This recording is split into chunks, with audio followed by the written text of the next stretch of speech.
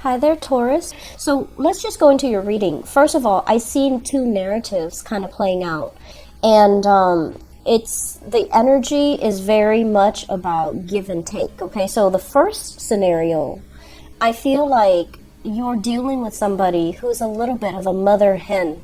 They like to take care of everybody. They like to make sure that everyone is comfortable. They give so much of themselves to make sure everyone is taken care of, to make sure everyone is accommodated for, and they just kind of like bend over backwards to try to please other people. And I feel like they're giving compensation, or they're giving things out to other people in terms of financially, just the generosity of their financial resources, and also food, and making sure the other people are taken care of. And so you're going to have to look at this person, and you're going to have to figure out, why are they doing this? Because I feel like some of you are just skeptical. Some of you are just like, no, there has to be a hidden agenda. And I feel like for some of you who are dealing with this, yes, I feel like this person has trouble saying no. This person has trouble with, not wanting to be disliked, not knowing how to handle rejection, not wanting to deal with abandonment. And so they go out of their way to accommodate everybody else. And they're not taking care of themselves. And for some of you, this is like a partner of yours. And you're looking at this person and you're just like, why are you doing this? Why are you putting this burden on yourself? Why are you doing this when you're not getting the appreciation and the thanks? And so you have to really look at the root of the problem. You have to really try to figure out, why they're doing this.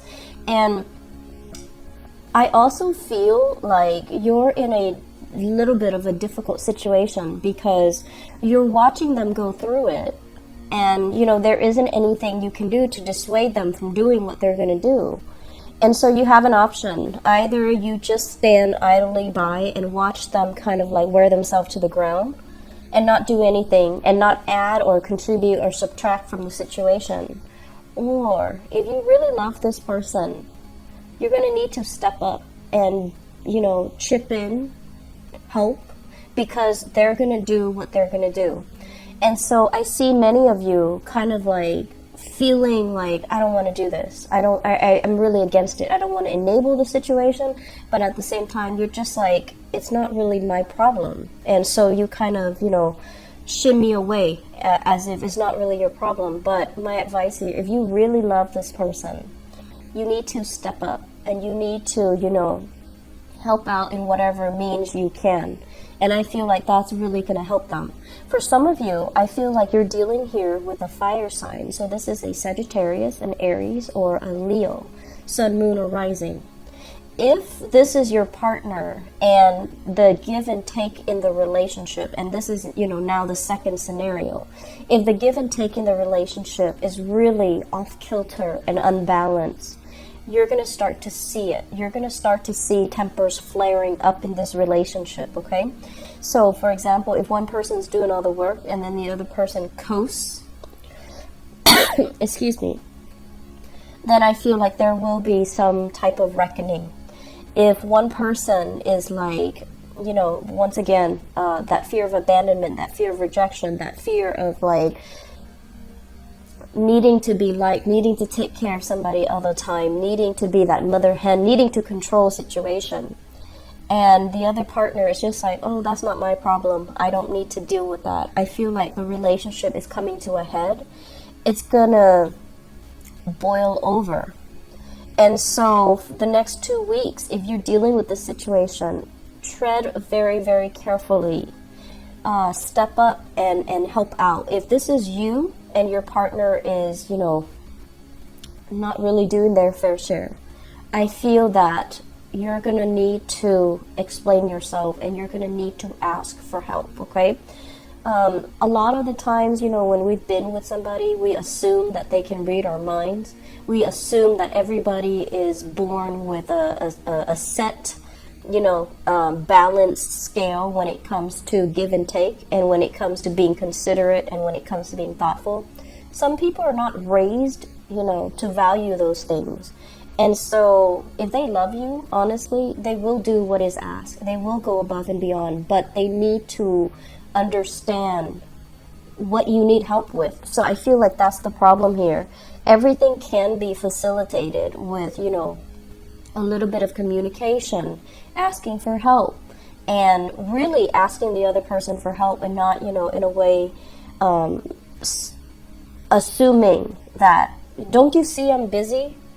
Why don't you, make yourself useful? Like, you have to really ask for help and be very, very sincere about it if you're on that receiving end. And then likewise, if your partner is the one slaving away, there needs to be a sense of like stepping up. I also feel this is playing out in a family environment as well. And I'm also sensing that it's a situation where one person is like buckling under the pressure. And, we do have a lot of family gatherings, a lot of holidays towards the end of this month. And so I do see the pressure mounting, and it's going to lead to resentment. It's going to lead to hostility. So whatever you can do, anticipate, really look and examine a situation, not just gloss it over, but just anticipate what you can do in a situation so that it doesn't boil over, okay? So moving forward, one of the major lessons that I feel here, moving forward into the year 2018, is I'm sensing there is a need for change, okay? And this is like change in your living environment.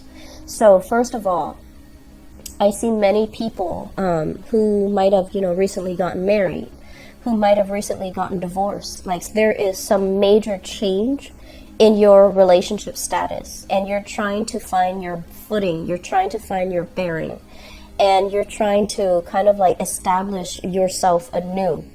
And so this sense of like independence, this sense of like thinking about, okay, I'm at this age in my life. What do I need to have so that I am, I guess, like self-sufficient, so that I am where I need to be? So, a lot of the times we don't really want to succumb to social expectations. We don't really want to succumb to what is expected of us based on our age, based on where we are in life.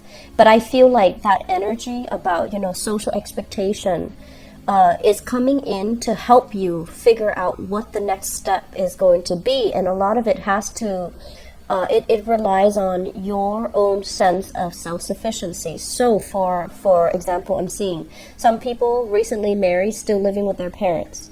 And there's like mounting pressure. And, you're doing that because it's financially, it makes sense. But I feel like it is becoming a burden. And so really thinking about what's preventing me and my partner from going out and getting our own space. And I don't feel like it's finance related. I feel like it harkens to, I feel like there's a deeper, more subtle underlying purpose. And a lot of it is security based. A lot of it is, being stuck in the situation with the devil that you know, rather than going out and trying something anew. So I feel like there's a lot of fear underlying the decision, and it's not finance related. You can convince yourself that it's finance related, but I don't feel that it is. And then I'm also feeling other people. You're dealing with another person that you're living with who is not picking up their slack, who is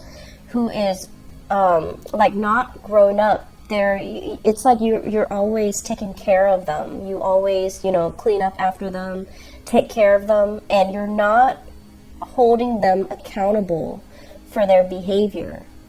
And so living arrangement changes will be happening for the year 2018. And it's going to happen in a very swift, possibly catastrophic way, in a very swift way, if these things are not, handled or are not mitigated, if these problems are not mitigated, okay?